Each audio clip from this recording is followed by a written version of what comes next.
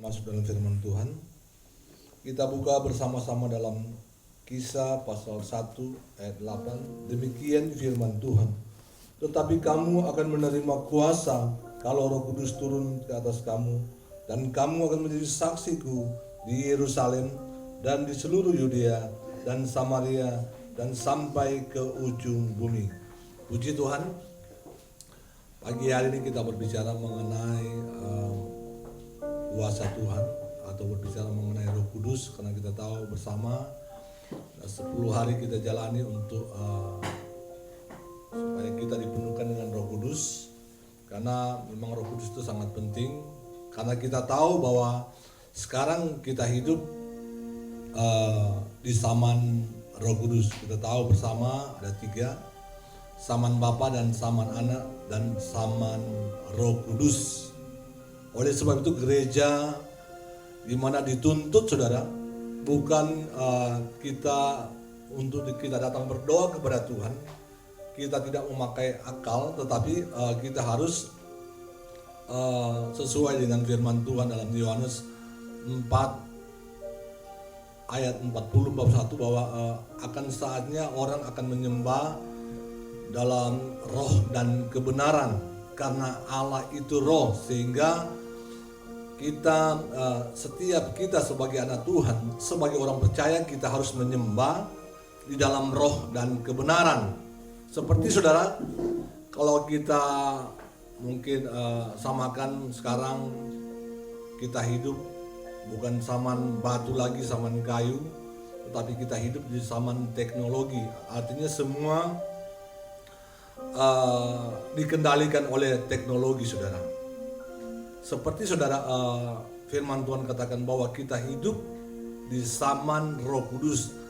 Artinya gereja harus menyembah di dalam roh dan kebenaran. Oleh sebab itu dalam Kisah pasal 1 saudara, janji Tuhan kepada orang percaya, janji Tuhan kepada murid-murid, kepada rasul-rasul, kamu akan menerima kuasa Roh Kudus kalau Roh Kudus turun ke atas kamu. Karena kita tahu bahwa Roh Kudus itu sangat penting buat kita sebagai anak Tuhan, sebagai gereja Tuhan. Karena tanpa Roh Kudus kita tidak dapat berbuat apa-apa.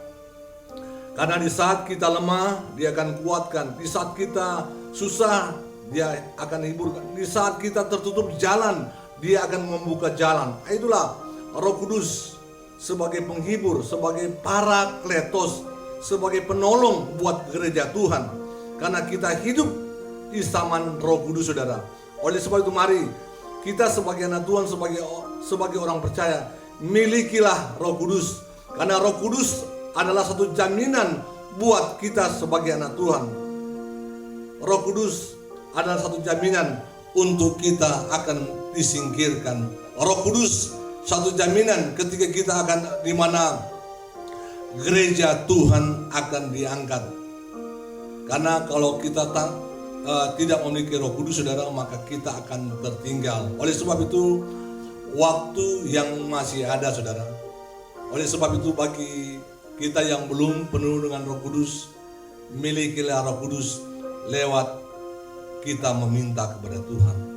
Karena dalam Matius pasal 7 ayat 7 katakan, mintalah maka kamu akan mendapat, ketoklah maka pintu akan dibukakan, carilah maka kamu akan mendapat. Oleh sebab itu mari, hari-hari yang terakhir atau di akhir zaman ini, gereja harus penuh dengan Roh Kudus saudara. Karena gereja akan menerima Roh Kudus 2 kali lipat sesuai dengan janji firman Tuhan dalam Kisah para Rasul bahwa Roh Kudus itu akan dicurahkan kepada anak-anak Tuhan, kepada orang percaya ketika kita membuka hati untuk Tuhan. Ketika kita punya keinginan, punya antusias, punya keinginan yang kuat untuk kita memiliki Roh Kudus. Seperti firman Tuhan katakan, ketika kita memiliki Roh Kudus, itulah suatu power gereja Tuhan. Itulah suatu power kita sebagai hamba-hamba Tuhan untuk kita mengalahkan setiap musuh-musuh yang ada, mengalahkan keinginan daging yang ada. Oleh sebab itu Efesus saudara, Efesus pasal 5 ayat 18 firman Tuhan kata, hendaklah kamu penuh dengan Roh. Karena Roh Kudus itu harus diisi setiap saat, setiap waktu, lewat saudara kita berdoa kepada Tuhan, lewat kita duduk diam di kaki Tuhan, maka Roh Kudus akan memenuhi akan kehidupan kita, sehingga kita akan mengalami suatu full power. Ketika kita akan tampil maksimal saudara.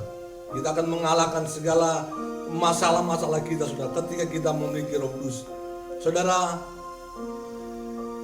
di akhir zaman ini saudara, bahwa gereja tanpa Roh Kudus dia akan menjadi lemah, dia akan mengalami kebimbangan, dia akan mengalami keputusasaan.